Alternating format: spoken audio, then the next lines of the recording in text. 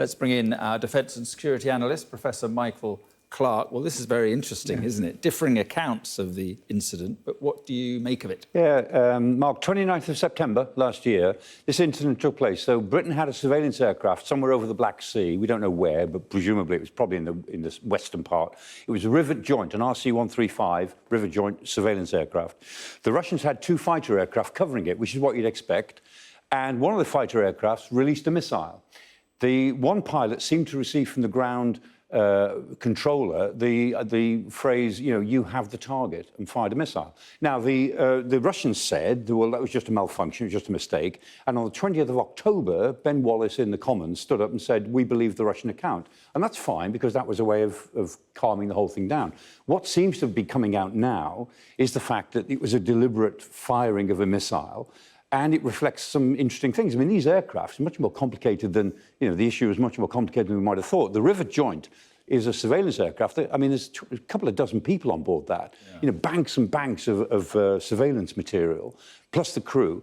And the Su-27, the flankers, as they're known to NATO, are the air defence aircraft. And it looks as if the two pilots were arguing with each other. One pilot was going to fire his missile. The other pilot was swearing at him and telling him not to.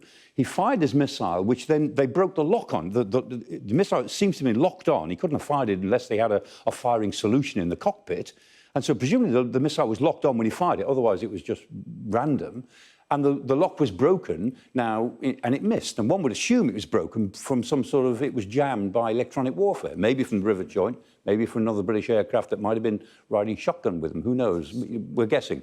And then the second missile fell off this Su-27. So either it fell off because it genuinely malfunctioned, or it fell off because it was about to be fired and aborted. So one missile was fired, the other missile fell off. The Rivet Joint was fine. But imagine if that missile had struck the Rivet Joint. If we'd lost a surveillance aircraft with 30 people on board... Well, I mean, isn't this just the sort of miscalculation or mistake, call it what you want, that could lead to a... Absolutely right. A full-scale war between...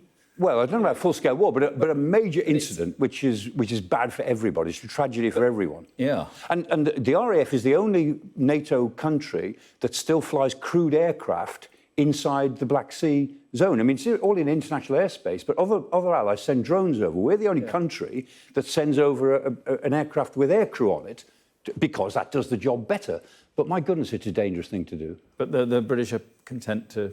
They are, and they're protecting them. I mean, we always do this, which is why I'd be surprised if we weren't doing it on the 29th of September last year. Normally, every time one of these aircraft takes off, there's a couple of tornadoes, a couple of typhoons above it, riding shotgun, keeping an eye on it, able to use their systems to keep it safe. I'd be surprised if that wasn't the case here, but we don't know that. I'm just guessing. Right, and if we get the map back,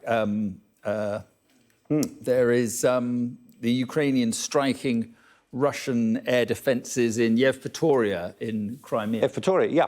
Very interesting. That was a strike this morning on Russian air defences, the S-300 and S-400, a big system called the Triumph system there in that particular place, worth over $1 billion worth of stuff, and they seem to have lost it all last night. And there's a pattern here. These are not just random attacks of opportunity. So the Ukrainians took the Boyko Towers, which are these in the Black Sea, these oil and gas platforms. They attacked Sevastopol last week, having got through the air defences the previous week, and they've attacked Yevpatoria today, again taking down the air defences. What the Ukrainians seem to be doing is taking down the air defences as best they can of Western Crimea. Because if you take those defences down, that's only temporary. The Russians will replace those air defences. But in the hole you have created, for the number of days you've got some holes, then you put something through the holes.